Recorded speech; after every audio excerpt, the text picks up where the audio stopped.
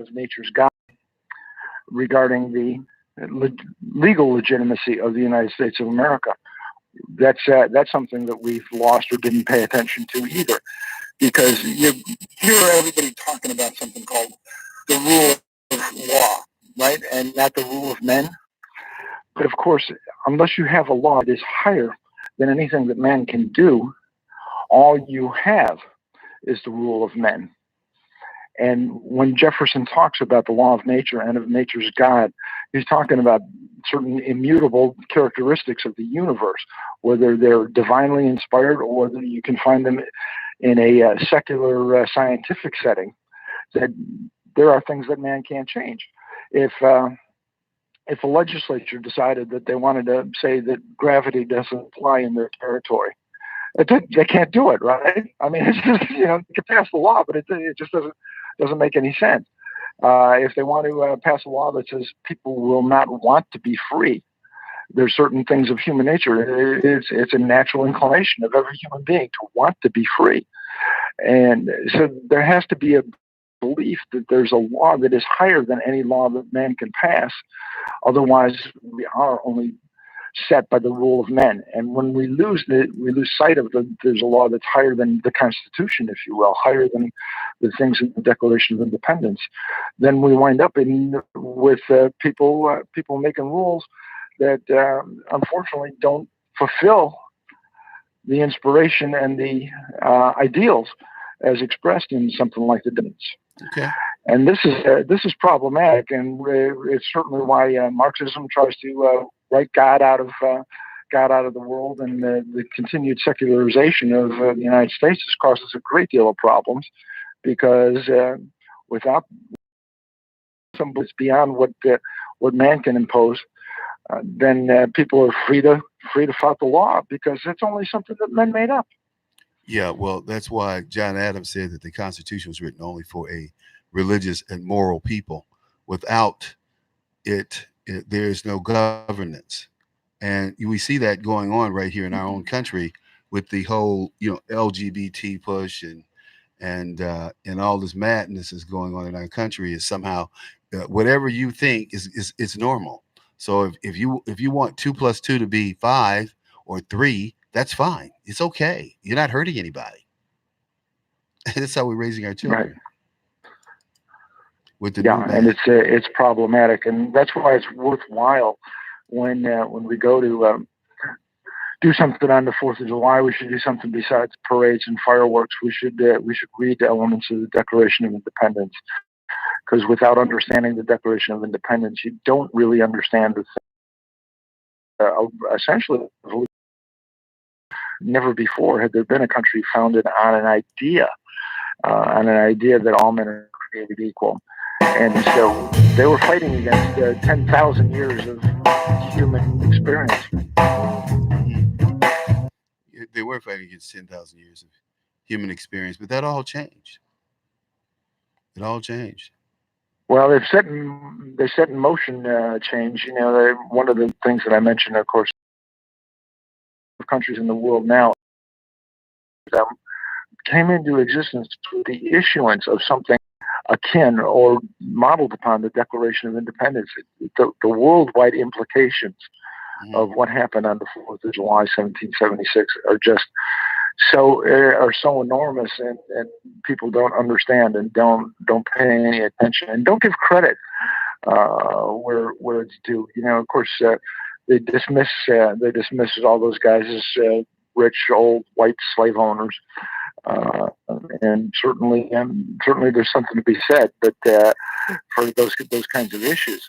But the fact is there was any number of proposals that Jefferson was fighting for that were in favor of either limiting or abolishing slavery. He understood the conflict between what he had to say and and the existence of slavery. It was a conflict for him for a long time.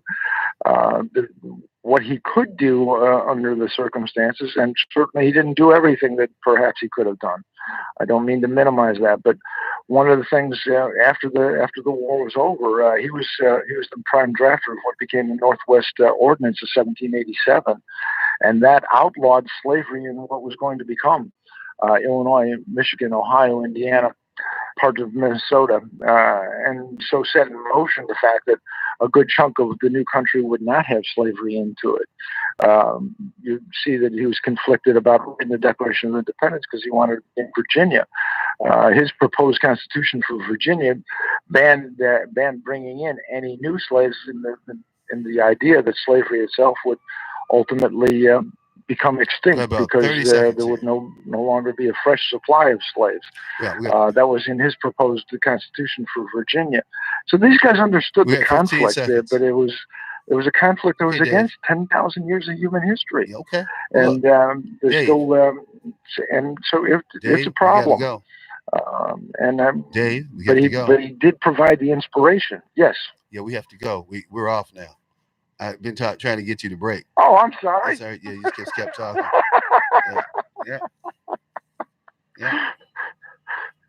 I don't know. Okay, fair enough, Charles.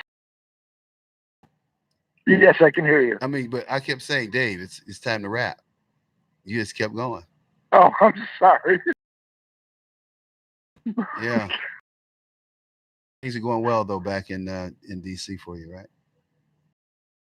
They are. I had a 2-hour meeting with Judicial Watch, and I had a long meeting the other night with the folks that are involved and believe that because of that whole Smollett business, they do fundraising nationally for many of the major figures here in the Senate and things like that.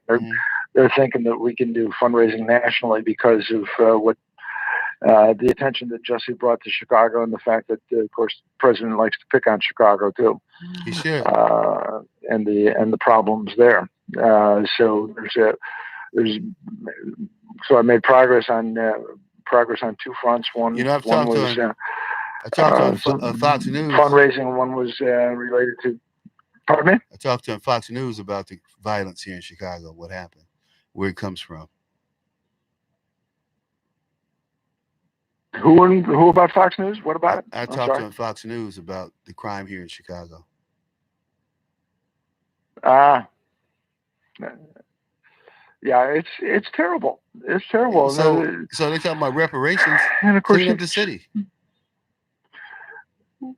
Why do they talk? What is this reparation stuff? It's just. I don't have any idea, but I know this: the people that I hear speaking. They're totally whack jobs, man. Black crime. They talk about, well, all of these black men are incarcerated. Well, it's not because they were playing tiddlywinks. No. Hello. They shot somebody. Yeah. Well, because they shot somebody. And see, shot at somebody. People like Barack Obama and Eric Holder, they go around thinking they're better than other black people, and then somehow they have the authority to speak for black people, and they don't. Anyway, look, man, we got to cut it, and we'll be back on Monday morning, sharp and early, folks. So we got okay. But man, I tell you, it's been interesting. Red State Talk Radio is now available as a voice command. Alexa. We're gonna ease on out, and I want to thank David for being with us. Go out and pick up his book. Last name spelled SESHESHES TOKAS. Okay. Be right back. Okay. That's gone. I'm gone now. We're off the air. Totally. Hello?